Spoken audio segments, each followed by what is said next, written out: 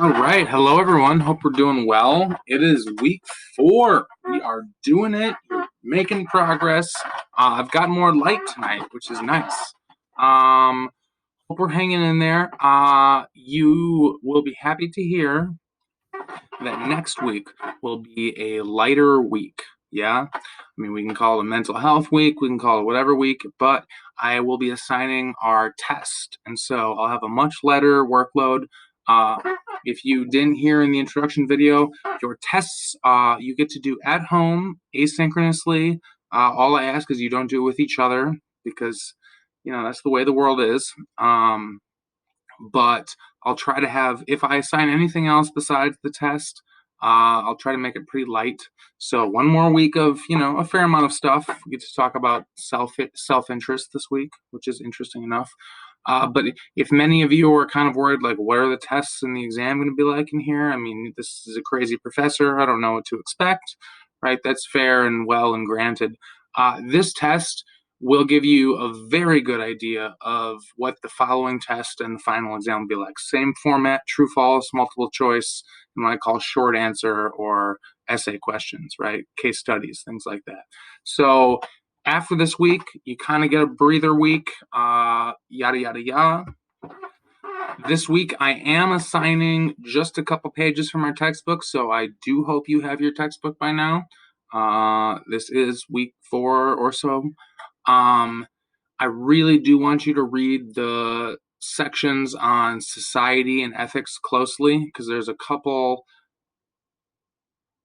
critiques of cultural relativism that might be on the test regarding tolerance and other things. So I think it'll be a really good recap for last week's conversation on relative versus universal ethics. And now we start our universal absolutist, ethical theories, moral theories. And the first ones we start are consequentialist moral theories. So I don't know if I've said it before. There's the cheat sheet to ethics for this class. You guys get it here in this video. There's 3 things that make something moral or ethical: the outcome, right? The consequences, the motivation behind the action, right? The motivation matters. And then the nature of the action itself. And of course, Ahmad's proposal gives us a great example, like despite the great outcome that he was offering, and despite the motivation that he offered, however satirically, the nature of the action itself was so abhorrent. Now, why is certain action so abhorrent? We're going to get a theory like that probably the next week, right? So our first consequentialist theory will be consequences towards the individual, ethical egoism.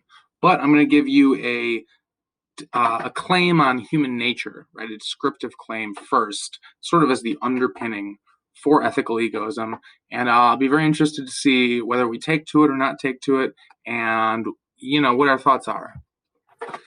And finally, our videos, or my videos basically, on egoism will be followed up by one of the most famous or controversial thinkers in America of the 20th century, a woman named Ayn Rand.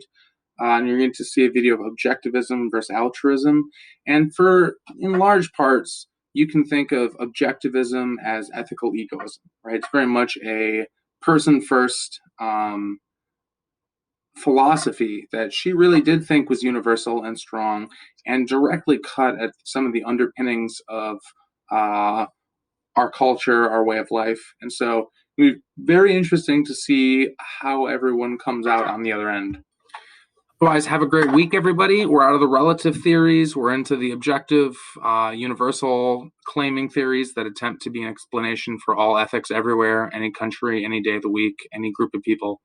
If you have any questions, reach out to me. Remember, next week will be a lighter workload, our first test. We're well on our way. We're a third of the way through the class or so, and we're very close to diving headfirst into medical ethics, par, the field. So far, nothing. Anyway, hope you're well. Please reach out with any questions.